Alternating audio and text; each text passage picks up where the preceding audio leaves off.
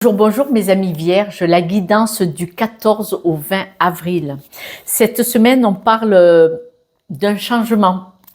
Voilà, il y a quelque chose qui se déverrouille, qui se débloque. Je m'explique. On parle de renouveau. Renouveau. Alors, ça pourrait être comme une naissance, peut-être une prise de conscience aussi. Alors, est-ce que cette guidance va vous y amener ou pas? On va voir, peut-être qu'il y a autre chose dans votre vie grâce à des synchronicités qui vont vous le montrer. On nous parle de renouveau, c'est-à-dire que vous avez des synchronicités, vous allez avoir des vérités qui vont se pointer comme ça devant le nez. Et donc, ces synchronicités avec le Géco, vous savez, j'adore ces petits lézards, ils sont trop rigolos. On voit que ces synchronicités vont vous amener vers votre destinée. C'est-à-dire que la vie est parsemée de leçons. Ces leçons sont planifiées sur votre chemin. Et ces coïncidences, ces synchronicités ont pour but de vous faire grandir. Natacha Calestrémé dit cette fameuse phrase, le cadeau mal emballé. Dans le cadeau bien emballé ou mal emballé, c'est une leçon de vie. C'est un apprentissage, un pas qui de toute façon est sage, le cadeau mal emballé, pour comprendre, pour évoluer. Là, cette semaine, on vous dit que le grand plan, c'est la chrysalide, là, le petit ver à soie, là, il se transforme en papillon. Parce que là, on vous dit que vous allez devoir vous séparer de personnes, de situations ou de croyances qui vous bloquez, vous empêchez d'être qui vous êtes vraiment, dont vous étiez dépendant. Et oui. Le koala, il est accroché à vous, là, comme ça, là. Avec beaucoup d'amour, il est accroché à vous comme ça. Mais, dépendance quand même. Là, on dit que vous allez vous séparer cette semaine de cette dépendance de personnes, de situations ou de croyances, tout en souplesse. Ça va être fluide. Parce que il va y avoir des synchronicités ou des leçons qui vont se présenter à vous, qui vont faire que, allez, stop, ça c'est fait, au suivant, vous voyez. Alors, on me parle de jalousie. J'y vais. De toute façon, Zozette, elle va pas être gentille. Si vous êtes en couple, est-ce qu'il n'y a pas de la jalousie dans le couple? J'y vais. Quand il y a de la jalousie dans un couple, la personne qui est jalouse, c'est parce qu'elle a une blessure quelque part. Que ce soit vous, que ce soit l'autre, cette blessure, à la personne qui est jalouse, n'appartient pas à l'autre en face. L'autre en face l'a attiré. Pour une raison, c'est aussi une leçon de vie. Mais là, la jalousie, on vous parle d'éloignement, de séparation. Parce que la jalousie, si vous êtes dans une relation de couple passionnée, les relations de couple passionnées sont destructives pour toutes les deux, pour tous les deux. Et du coup, vous en parlez, et c'est destructeur. Si ce n'est pas ça, on sent qu'il y a une énergie de jalousie autour de vous. Est-ce vous ou est-ce quelqu'un d'autre? Quelqu'un de la famille? Un ou une amie? Un ou une cousine? Cousin? Et on vous dit, là où il y a de la jalousie, vous devez vous en éloigner. Et c'est là qu'on parle de cette nouveauté, de cette synchronicité. Vous devez changer cet état de fait que la jalousie soit dans votre espace, dans votre vie. Vous devez vous séparer, vous devez absolument vous en éloigner, car c'est une dépendance. Cette dépendance, elle vous ronge, elle est passionnée, passionnante. Ça vous ronge. Quand on aime, mais passionnément, c'est destructeur. C'est trop dans le trop. Et là, il y a une dépendance dans un domaine. Cette dépendance, il y a cet effet de jalousie. Donc, attention, mettez beaucoup plus de souplesse dans les discussions. Vous qui me regardez, amis vierges, là par contre, mettez beaucoup plus de douceur, de souplesse, de légèreté dans les discussions. Si vous êtes une personne trop passionnée, ça pourrait être destructeur aussi. Et c'est là qu'on vous dit, vous devez être dans le lâcher prise. Et je vous pose la question, c'est ce que je fais en guidance privée. Si cette guidance déjà ne vous parle pas, c'est pas pour vous. Il y a beaucoup de confrères. Mais si cette guidance vous parle un peu, j'ai une question pour vous. C'est résonne en vous. Vous qui me regardez, amis vierges, est-ce que vous aviez quelqu'un, la première chose qui vous vient à l'esprit quand vous étiez enfant, quelqu'un qui avait une dépendance,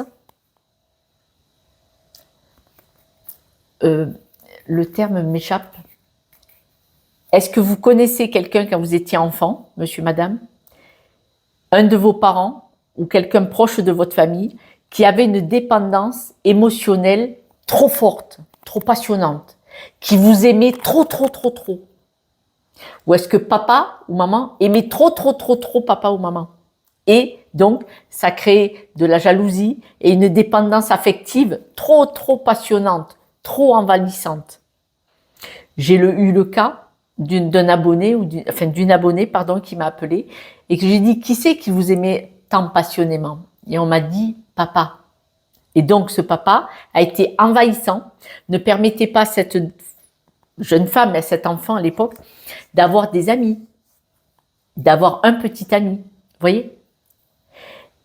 Est-ce que vous aviez, dans votre enfance, quelqu'un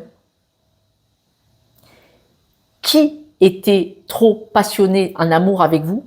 Ou est-ce que vous étiez dépendant à vouloir que papa ou maman soit toujours, toujours, toujours, toujours avec vous? Et donc, c'est la signature énergétique que vous avez. Et donc, maintenant, dans votre amitié, dans votre amour, vous voulez la même signature énergétique, c'est-à-dire que vous êtes très dépendant à une personne aussi peut-être. Voilà, c'est une idée.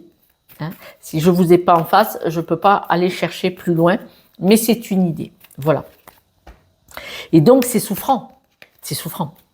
Là, on vous dit que vous allez partir sur un nouveau mode de fonctionnement ou un nouveau projet et que vous allez vous stabiliser ailleurs.